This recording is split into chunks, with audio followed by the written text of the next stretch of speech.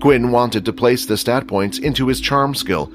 Still, the orange portal planet was a dangerous place, and Quinn didn't know when he might need to use his other stats for dangerous situations. Before leaving the area, Quinn managed to shove his hand into the small crack he had made. Out of all the students, Quinn was the first to take a step away, trying to get a head start on the other students, but the sound of his steps caused the leaves to ruffle, and the creature's head turned and immediately looked at Quinn. "Maybe moving isn't a good idea," Layla said. Dell had felt the same way, which was why he hadn't shouted at the students to run away or retreat. The sudden movements could frighten the beasts. Most beasts were hostile towards humans, but the higher tiers seemed to have more intelligence, and some would leave humans alone. The bud on the beast's back slowly started to open up, revealing a pink center. Out of the pink center, 6 vines rose in the air before dropping down and falling to the beast's side. Although the beast wasn't moving, the vines were stretching out from the buds as if there was no end in sight. One of the vines had reached the student closest to the beast. After waiting a while, nothing happened. The student eventually opened his eyes. At that moment, the head of the vine opened up and attached itself to the student. Using both hands, he grabbed onto the vine and tried to pull as hard as he could, but it was no use. The suction and stickiness of the vine were too strong, and he couldn't break free.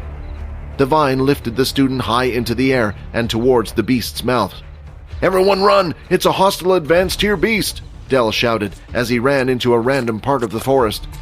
However, while Dell was running blindly through the forest, he was aware of a great problem. The distress signal sent from the watch was only a signal sent to the sergeants. They would then head over in that direction. If Leo or Faye was to head there now, they would have no clue where Dell or the other students had gone. The students at the back could hear the booming footsteps getting louder and louder. When Dell had made it past another tree, they had finally come out to an open area.